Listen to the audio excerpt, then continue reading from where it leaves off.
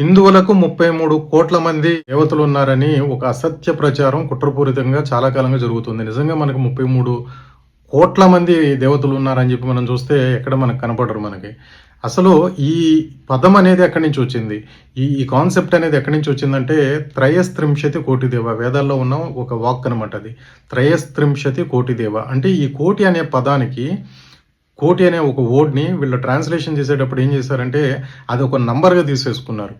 కోటి అంటే ఒక 100 లక్షలు అని చెప్పి తీసేసుకున్నారు. మొత్తం 33 కోట్ల మంది దేవతలు ఉన్నారని చెప్పి ఒక ప్రచారాన్ని మొదలుపెట్టారు. అసలు కోటి అనే పదానికి, అనే సాంస్క్రిట్ పదానికి తెలుగులో అనువాదం మనం చేస్తే దాని అర్థం ఏంటంటే రకం. రకం అంటే కోటి అంటే టైప్ అనమాట. 33 రకాల దేవతలు ఉన్నారనమాట మనకి. ఆ పరమాత్మ ఈ సృష్టిని క్రియేట్ చేసినప్పుడు ఆయన 33 రకాల దేవతా గణాలని సృష్టించాడు. అవేంటంటే 8 వాసువులు, 11 రుద్రులు, 12 ఆదిత్యులు, తర్వాత ఇంద్రుడు, ప్రజాపతి. ఈ 33 రకాల దేవతా గణాలు ఈ సృష్టిని నడిపిస్తూ ఉంటాయి. ఇవన్నీ కూడా ఏంటంటే పరమాత్మలో ఒక భాగం అనమాట. అవన్నీ కూడా ఇప్పుడు ఒక గోల్డ్ బిస్కెట్ తీసుకున్నాం అనుకోండి, దాంట్లో నుంచి మనం ఒక నోస్ రింగ్ తయారు చేయొచ్చు, ఒక ఇయర్ రింగ్ తయారు చేయొచ్చు, లేకపోతే ఒక నెక్లెస్ తయారు చేయొచ్చు.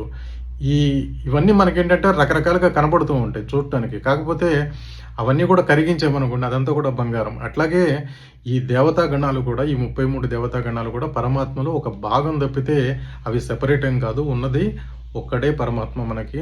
హిందువుల్లో ఉన్నది ఒకే ఒక పరమాత్మ. కాబట్టి ఈ 33 కోట్లు అనేది ఇది ఒక కుట్రలో భాగంగా జరిగిన ఒక ప్రచారం తప్పితే ఇందులో నిజం ఏమాత్రం కూడా లేదు.